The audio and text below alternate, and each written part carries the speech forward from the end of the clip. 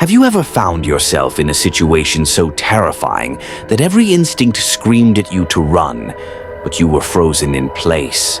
Tonight, I'm sharing two harrowing tales, real-life encounters that start ordinary but spiral into unimaginable terror. These are stories that will make you question every late-night trip, every quiet road, and every stranger you cross paths with. Buckle up, this journey is about to get dark.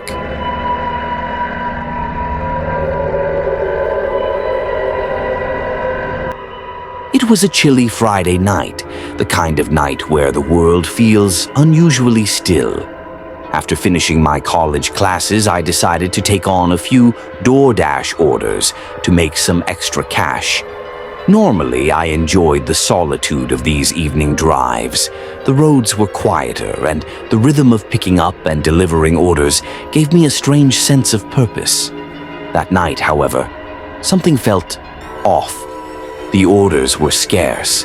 Those that did come through offered pitiful payouts for long distances. I was about to call it quits when I finally received an order that seemed worthwhile, $25 for a single delivery. The catch? The drop-off was 8 miles away in a remote location. I hesitated. Something about the address nagged at me, though I couldn't pinpoint why. It wasn't far from campus, but the area was known for being sparsely populated. Shrugging off my unease, I accepted the order, picked up the food, and started driving. The GPS indicated a 30-minute drive, much longer than my usual deliveries. As I left the familiar city streets behind, the landscape began to change. Streetlights disappeared, replaced by endless stretches of open fields. The comforting hum of urban life faded, leaving only the sound of my car tires crunching against the gravel road.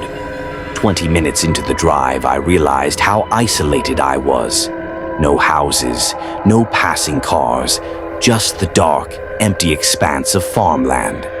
The GPS eventually guided me to a narrow dirt road, flanked by rows of tall cornfields that seemed to stretch endlessly into the night. I slowed down, squinting to make out a single house in the distance. It was small, worn down, and eerily still. The only light came from the dim glow of a porch lamp. The rest of the house was shrouded in darkness, its windows lifeless and cracked. I parked my car a few yards from the house, leaving the engine running for a quick getaway. Grabbing the delivery bag, I stepped out into the cold night air. Every crunch of gravel beneath my feet felt deafening in the silence. As I approached the porch, I couldn't shake the feeling that I was being watched. I knocked on the door and waited. Nothing. I knocked again, louder this time. Still nothing. That's when I noticed the peculiar porch light. It wasn't connected to any visible wiring. Upon closer inspection, I realized it was a cheap solar-powered light, one that didn't require anyone to be home to turn it on. My heart began to race. Just as I was piecing this together, a noise broke the silence, the faint crunch of tires on gravel. Turning around, I saw headlights in the distance. A car was slowly approaching, its engine barely audible. I called out, "Hello? Is this your order?" No response. The car stopped behind mine and a tall man stepped out. He didn't move toward me. He didn't say a word. He just stood there, staring. A wave of dread washed over me.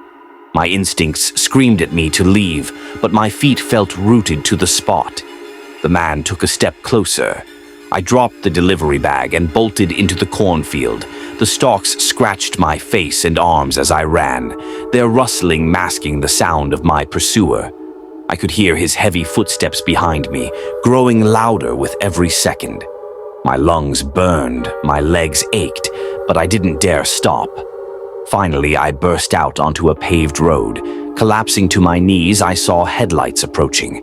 This time, it was the police. They took me into their car and returned to the house, but the man was gone. Strangely, my car was untouched, and the delivery bag was still sitting on the porch. Whatever that man wanted, it wasn't the food or my belongings. To this day, I shudder to think what his true intentions were.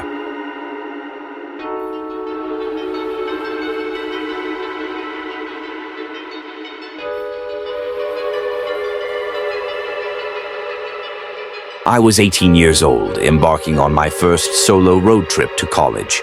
My destination was 600 miles away, and I had carefully planned the journey, splitting it into 2 days.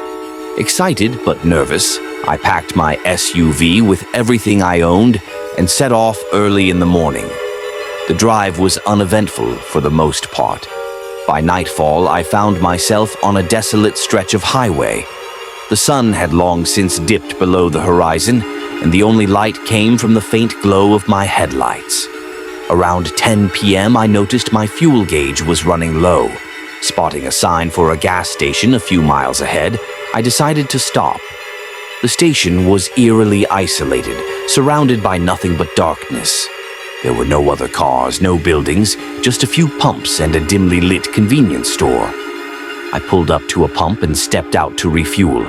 As I started filling the tank, I noticed a figure emerging from the shadows. It was a man, tall and scruffy, with an unsettling grin plastered across his face. "Need some help?"